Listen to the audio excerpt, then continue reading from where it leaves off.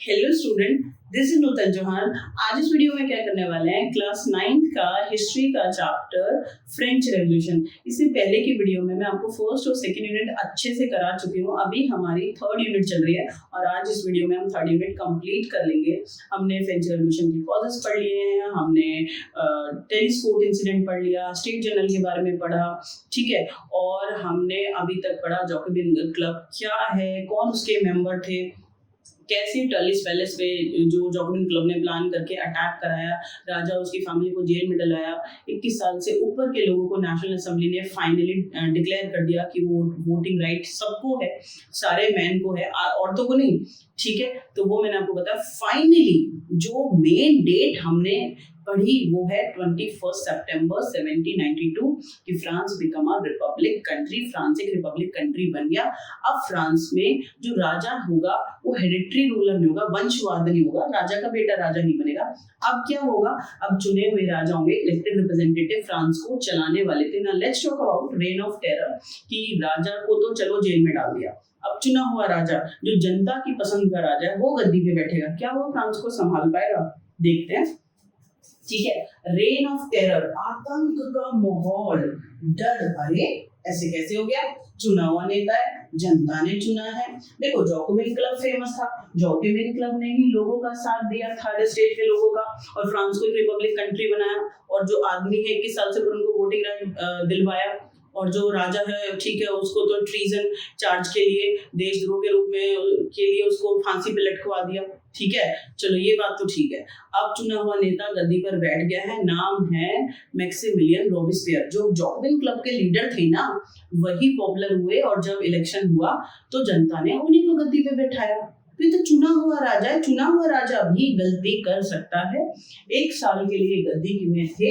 Rain of terror time period उसको कहते हैं, आतंक का माहौल कहते हैं, इसलिए तो और हद मचा दी।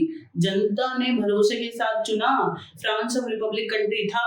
लेकिन ऐसा नहीं हो सकता बेटे, चुने हुए राजा भी भ्रष्टाचार कर सकते हैं, लोगों को सप्रेस कर सकते हैं, एक्सप्लॉइट कर सकते हैं, ठीक है। The period of 1793 to 94 is referred as a reign of terror. यानी 1793 से 94 का जो टाइम पीरियड है जिसमें मैक्सिमिलियन रॉबिस्पियर चुना हुआ राजा गद्दी पर बैठेंगे, उस टाइम को भी रेन ऑफ टेरर कह रहे हैं भाई। वाह। Robespierre followed a policy of severe control and punishment। पता है क्यों? लोगों ने, फ्रांस के लोगों ने ही चुना, लेकिन जैसे ही गद्दी पे बैठा ना, उसने सिविल कंट्रोल और पनिशमेंट की पॉलिसी लगा दी, किसी को बोलने ही ना दे, सबको कंट्रोल कर लिया, ठीक है। और जो उसके खिलाफ बोले, जो उसको क्रिटिसाइज करे, भैया उसको जेल में डलवा दे, उसको मरवा दे, उसको गिलोटाइन करा दे। देखो जरा, all those whom he saw as a being enemy of republic as ex noble, यानी जो राजा से रिलेटेड लोग हैं, क्लर्गी हैं, member of other political party, ठीक है, even member of his own party who did not agree with his method were arrested and imprisoned. ओहो, जब मैक्सिमिलियन रॉबिस्पियर गद्दी पर बैठे 1793 to 94, जस्ट फॉर 1 ईयर चल सकता था, लेकिन उन्होंने इतनी हद मचा दी, लोगों को इतना पनिश करा कि लोग परेशान हो गए उनसे, ठीक है। तो उन्होंने क्या करा, सिविल कंट्रोल और पनिशमेंट। ये एक नंबर में आता है कि मैक्सिमिलियन रॉबिस्पियर का जो टाइम पीरियड है उसको रेन ऑफ टेरर क्यों कह रहे हैं, क्योंकि वो उन्होंने क्या करा था, सिविल कंट्रोल एंड पनिशमेंट, कि जो भी उनके खिलाफ बोलेगा, ठीक है, he saw anyone as a enemy. उसके इवन उसके अपनी पार्टी के मेंबर, अदर पार्टी के मेंबर, उसके पार्टी के मेंबर, क्लर्गी, एक्स नोबल, राजा की फैमिली के मेंबर, जो भी उसके खिलाफ बोलेगा उसको जेल में डालो, उसको हार्ड पनिशमेंट दो। तो ये क्या अच्छी बात है? किसी को बोलने ही नहीं देता, सबको कंट्रोल करा हुआ है, गलत बात है ना। If the court found them guilty, they were guillotined. It means कि जो मैक्सिमिलियन रॉबिस्पियर है, जिसको भी अपना दुश्मन समझता था, जो भी उसको क्रिटिसाइज करता था, उसके ऊपर केस चलवाता था। इफ कोर्ट फाउंड गिल्टी कि हाँ इनकी गलती है, तो उनको गिलोटाइन करा दिया जाता था। गिलोटाइन क्या होता है? This is a device, it had 2 poles and 1 blade। एक ऐसी डिवाइस है जिसमें 2 पोल होते हैं और एक ब्लेड लगा होता है, धारदार ब्लेड होता है, कि जिसकी भी गलती है उसका सर उस पर रखवाओ और कटवा दो, है ना। और ये गिलोटिन डॉक्टर हैं, उन्होंने इस डिवाइस को इन्वेंट करा था, इसलिए इस डिवाइस का नाम है गिलोटॉन। बात समझ में आ गई आपको? तो देख रहे हो कितना सख्त राजा है, चुना हुआ राजा है, जनता ने चुना है, फ्रांस अब रिपब्लिक कंट्री बन चुका है, उसके बाद उसे डर नहीं लग रहा कि तू ढंग से काम नहीं करेगा तो किसी और को चुन लेंगे। उसने तो और भी ज्यादा हद मचा दी, लोगों को पनिश कर रहा है, बोलने नहीं दे रहा, गिलोटॉन उनका गला ही कटवा देता है। भाई वाह, गलत है या सही है? ऐसे ही चुने हुए राजा को लोग बर्दाश्त कर लेंगे? बिल्कुल बर्दाश्त नहीं करेंगे। आगे चलते हैं।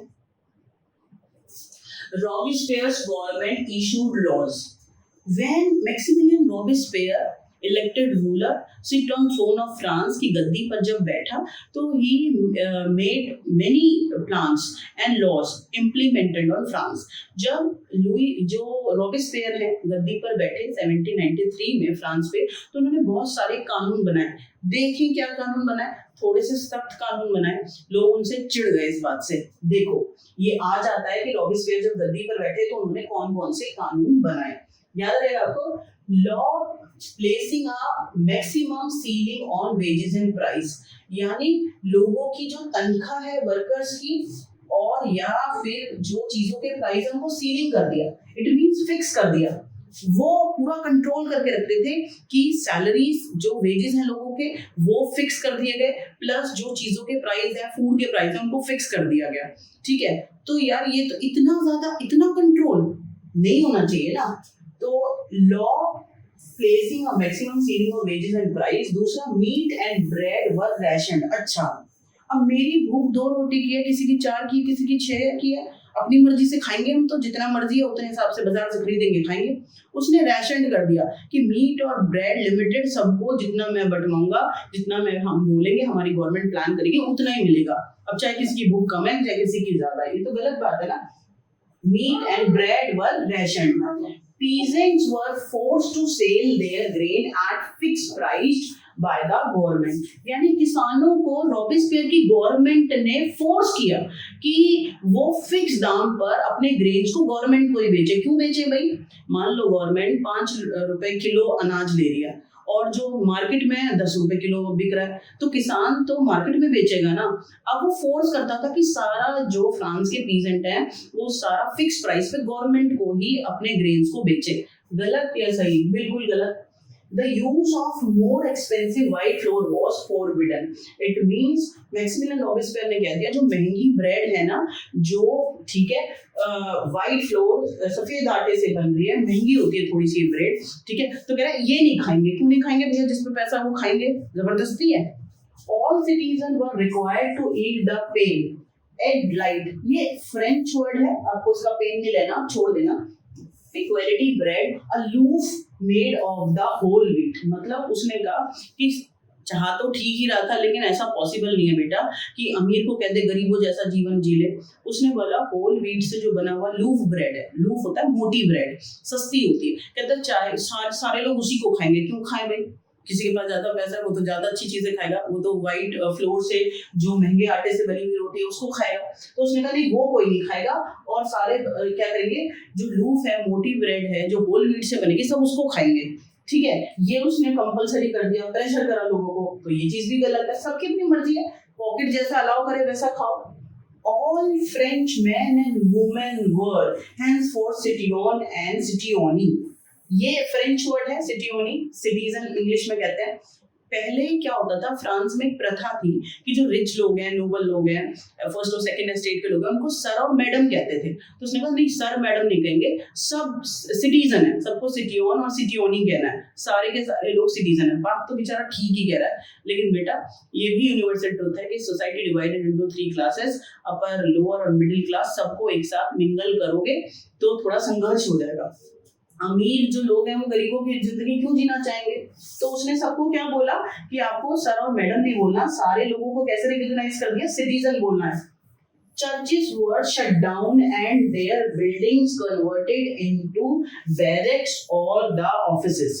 ये देखो, ये तो लोग बिल्कुल भड़क जाएंगे, उनके धर्म के खिलाफ है। फ्रांस के अंदर जो लोग हैं वो सारे क्रिस्ट हैं, ठीक है, क्रिस्ट भगवान की क्रिश्चियन है, पूजा करते हैं। और वहाँ चर्च है, तो उसने क्या करा, जितने चर्च उनको शट डाउन करा दिया, बंद करा दिया, and all the church building converted into office building. उन्होंने चर्च को क्या कर दिया, उसको खाली करवा दिया, शट डाउन करा दिया कि यहाँ कोई पूजा वूजा नहीं होगी, और उन सारे चर्च को कैसे इस्तेमाल करा, एज अ ऑफिशियल बिल्डिंग। गुस्सा आएगा या नहीं आएगा? So these are the changes did by Robespierre government, sealing the price of food and wages and ration meat and bread. Peasant forced to sell their grain to government at fixed price and white floor जो bread है उसको बंद करा दिया। सबको बोला आपको aloof मोटी ब्रेड खानी है जो होल व्हीट से बनती है। सारे लोगों को बोला, सर मैडम नहीं बोलना है, सबको क्या कहना है, सब सिटीजन है, सिटीजन और सिटीजनी। उसके बाद उसने क्या, चर्च को शट डाउन करा दिया। जितने भी चर्च, जैसे हमारे यहाँ बहुत सारे मंदिर हैं, फ्रांस में बहुत सारे चर्च है, सबको बंद करा दिया और बोला इन सारे चर्च की जमीन को हम कैसे इस्तेमाल करेंगे, एज अ ऑफिशियल बिल्डिंग। ठीक है, तो ये सारे चेंजेस रॉबिस्पियर की गवर्नमेंट ने करे। लोगों को थोड़ा क्या, बहुत ज्यादा गुस्सा आएगा, ठीक है, कि इतना ज्यादा चेंजेस बहुत अच्छे हैं, लोगों के वेलफेयर के लिए होते हैं, लेकिन बहुत ज्यादा कंट्रोल लोगों के फेवर में बात ना जाए तो फिर लोग भड़क जाएंगे। ठीक है, आगे चलते हैं। अब रॉबिस्पियर ने जो इतने चेंज कर दिए, सिविल कंट्रोल और पनिशमेंट लोगों के, कोई बोले ही ना, जो वो कह रहा है वही चीज सही है, वही भगवान हो गया। ठीक है, तो लोगों को गुस्सा आएगा ना। आखिरकार वो क्या करता था, जो उसके खिलाफ बोले, चाहे उसकी पार्टी के मेंबर चाहे दूसरी पार्टी के मेंबर, तो उन्हें गिलोटॉन करवा देता था। पता है ना आपको कि उनका सर कटवा देता था इस डिवाइस पे रखवा के। तो जो जैसा करेगा वो वैसा भरेगा। ठीक है, हिस्ट्री रिपीट इटसेल्फ, वैसा ही होगा। तो इसने जो लोगों के साथ करा वो ही अंत में इसके साथ हुआ। क्या हुआ जरा देखो। Finally he was convicted court in July 1794। 1794 में इसके ऊपर केस चला, इसको अरेस्ट कर लिया गया and on the next day sent to the guillotine. इसको भी उसी डिवाइस पर इसका गला कटवा दिया गया। तो देखा बेटे, चाहे इलेक्टेड रूलर्स हैं, रॉबिस्पियर एक इलेक्टेड रूलर है, चाहे लुई 16 वंशवाद हेरिडिटरी रूलर थे, राजा का बेटा राजा था, जो भी जनता के खिलाफ जाएगा, इतिहास गवाह है, जनता उनकी ऐसी तैसी बढ़िया वाली कर देगी और सत्ता को पलट देती है। यानी जनता जनार्दन होती है, सारी पावर जनता के हाथ में देती है। ठीक है, देखो, जो जनता के लिए अच्छी अच्छी स्कीम बनाएगा, जनता उनके सपोर्ट में रहेगी, और जो जनता के लिए अच्छे लॉ नहीं लाएगा, उनको डेवलपमेंट के लिए प्लानिंग नहीं लॉन्च करेगा, तो जनता उनके खिलाफ हो जाएगी।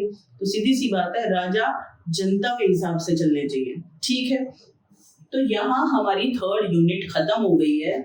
ठीक है, अब हम जो फोर्थ यूनिट है स्पेशली वो है औरतों के बारे में, कि औरतों को पॉलिटिकल राइट्स थे या नहीं थे, नहीं थे तो उन्होंने कैसे संघर्ष करा, कब उन्हें वोटिंग राइट मिला, वो हम नेक्स्ट वीडियो में पढ़ेंगे। तब तक के लिए आप बहुत खुश रहो और पढ़ते रहो।